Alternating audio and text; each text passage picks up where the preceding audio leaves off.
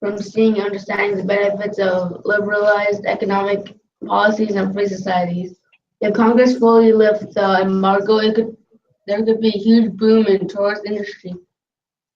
All parties stand to benefit from the normalization of relations and benefit even more from an end to the embargo.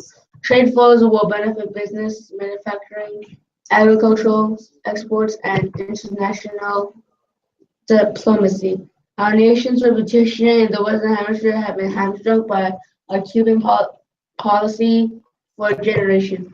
American-led cooperation in the Western Hemisphere. Ending the embargo is long overdue. And that's all. Okay. So, how do you guys feel about flowing that? Are you able to? What did you write down?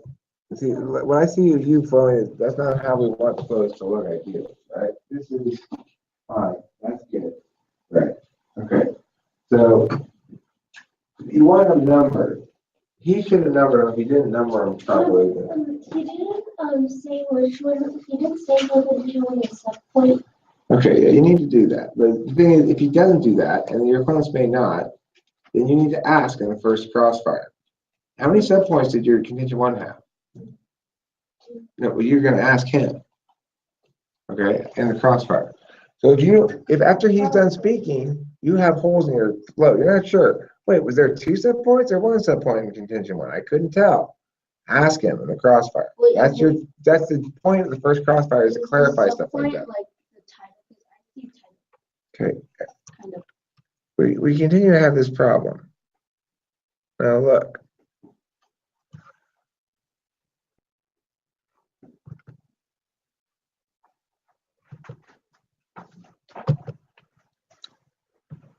Ideally, the case would say very clearly on it, contingent one, subpoint A, subpoint B. If it doesn't, you need to make it do that, right? It has to do that regardless.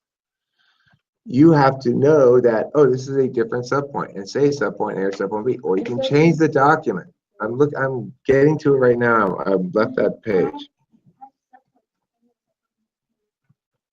Okay, I'll do that right now. Hold on. I'll re-upload it.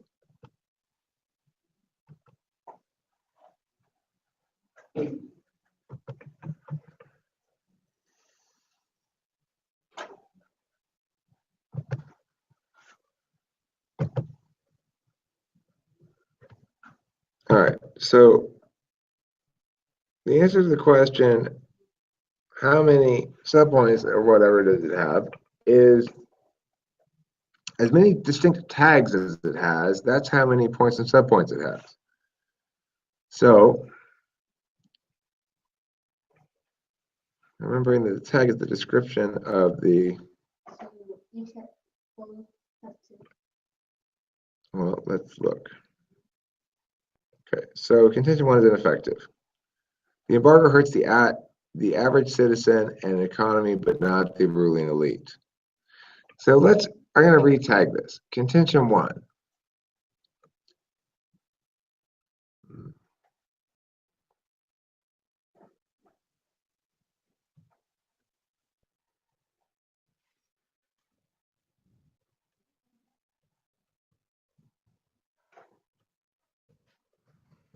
The embargo harms the innocent and rewards the guilty. Okay, that's contingent one. And then that's Griswold 16 is simply contingent one. Okay, the embargo harms the innocent and rewards the guilty. Griswold 16. You read that, and then you say contention one.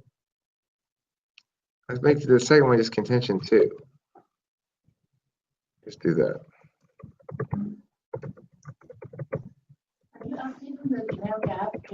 Yeah, I'm re-tagging it and making it clear what the numbers and stuff. I'll update it in Dropbox.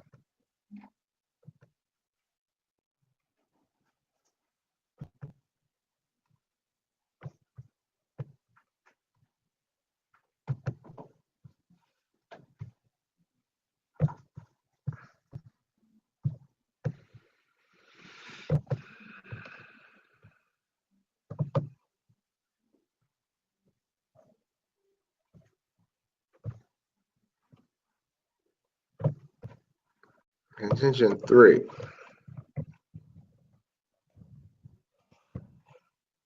Lifting the embargo benefits the economy.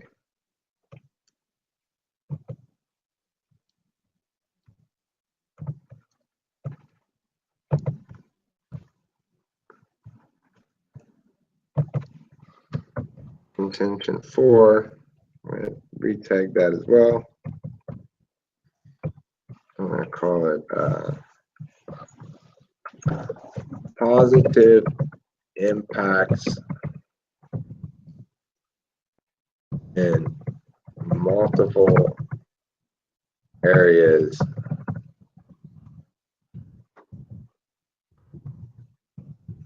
of significance.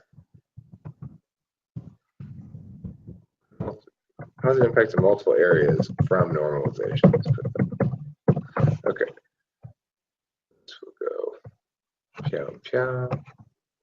Go chow. And that's contention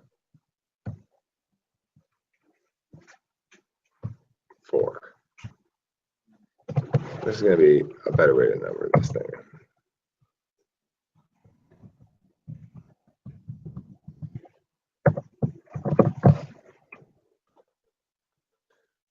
Okay, save as update generic app. Generic app case updated.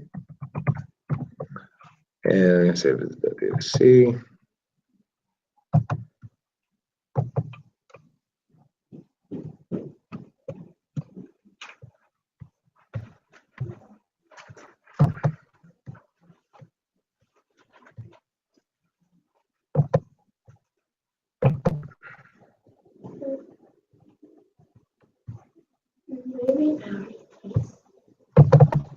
Hold on.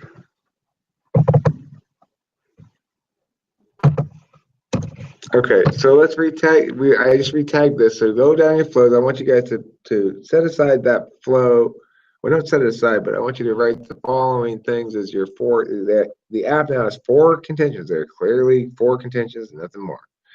And they are, the first one is helps the Castros. Okay. The second one, no, I'm sorry. The first one is harms the innocent. Okay, so that's the first contention. Harms the innocent. So contention 1 is harms the innocent. Contention 1 is harms the innocent. Write it down. Now, you need to close the copy that you're looking at, obviously, and open up a new copy, right? Okay. Yeah, I got it. All right. Contention 2 is helps the Castros. Okay, right. Contention 2 is embargo. The embargo helps the Castros. The embargo helps the Castros.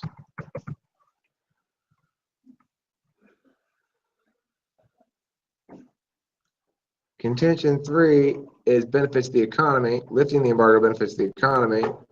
And contention 4 is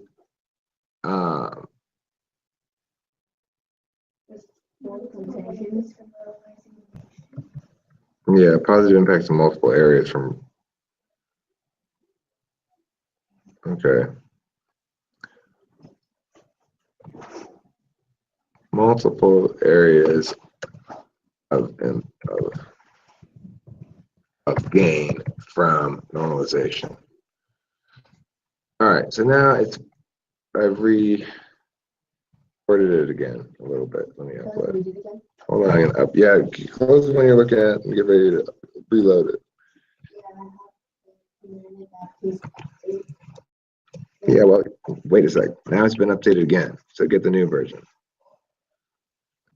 Okay, so the 4 contentions then are very simple. Harms the innocent, helps the Castros. That's the embargo. And then the second 2 are if you lift the embargo, it benefits the economy and then the last one is it helps in other things such as environmental policy, human trafficking, yada, yada, yada. It's the multiple areas, okay? So two things, the embargo is bad because, number one,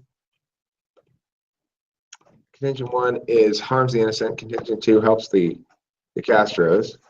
Contention three, getting rid of the embargo is good because it benefits the economy. Contention four, getting rid of the embargo is good because it produces multiple benefits, including environmental and human trafficking and drug trafficking. It's basically environmental and trafficking is the main impacts of that last card.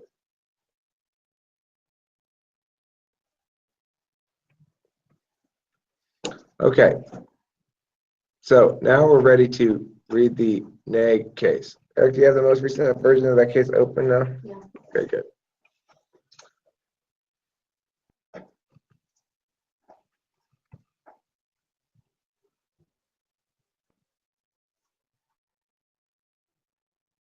NAG, we're ready for you when you are.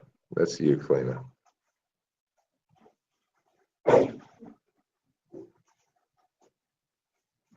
Contention 1. Lesson block would provide unfavorable economic impacts. Subpoint A tag. Lesson block would provide no economic benefits for the U.S. Benitez, 2014. The U.S. should not normalize trade with Castro regime for the plain and simple reason that his ventures lose money, and his government is an international debt. Any economic partnerships with authoritarian regimes are normally suspect of making deals with the Castro government is pouring millions of dollars down the drain. In 1986, Cuba defaulted on its multi-billion-dollar debt to the Paris Club of Nations. That debt is now estimated to be around $37 billion, and the Castro government refuses to pay it. A couple months ago, Russia had to write off 90% of Cuba's $32 billion debt. That's almost $29 billion that Castro will never pay back to Moscow. In November, Mexico rolled out $340 million of Cuba's debt to its development bank, Bancomex. No wonder that, according to Moody's, Cuba's credit rating is Cal 1, which means worse than highly speculative and a substantial risk investment. It makes no business sense to drop embargo for the sake of trading with a government that reneged on so many zones. Its credit rating is now at the Supreme long-term fund level. Subpoint B tag. With the embargo would benefit the Castro regime. Most of the Cuban economy is owned by the Castro government, and all foreign trade is channeled through agencies that support the regime. All foreign companies must pay wages in hard currency to the Cuban government, and with those wages, the state pays in local currency a small percentage to the individual employees. A report by the Brooklyn Foundation described it. The firm pays the employment agency $500 a month, and the employment agency pays the workers 500 pesos. Over 90% of the wage payment disappears in the currency conversion. The effective compensation is instantly deflated to $21 per month. Working seems this may be the world's heaviest labor tax, or as one Cuban worker disclosed. In Cuba, it's a great myth that we live off the state. In fact, it's the state that lives off of us. Decades of trade between Cuba and market economies in Europe, Canada, and Latin America have only lined the pockets of the Castro government and has not produced any of the promised or political or economic benefits for the people of Cuba. If the U.S. dropped embargo, our companies would join those from around the world that pay dearly to the Castro regime and exploits the Cuban people. Contention 2. U.S. should use leverage over Cuba. According to U.S. law, Cuba must legalize all May 2015. According to U.S. law, Cuba must legalize all political activity, release political prisoners, permit free and fair elections, get rid of the press, and allow labor unions. Cuba has not met these conditions. Lifting the sanctions unilaterally would send the message that America is willing to appease the oppressive regime. Moreover, the embargo enables the United States to continue to pressure the Cuban government to improve human rights. Fidel Castro turned over to his brother Raul, but Raul was over 80 years old, and it is unclear who would succeed him. The embargo could be used as a bargaining chip when a new leader takes power. Contention 3. There is one thing that Obama's recent overtures to Cuba has taught us. It is that there is a little political on the part of the repressive Cuban regime to relinquish its grip on the nation.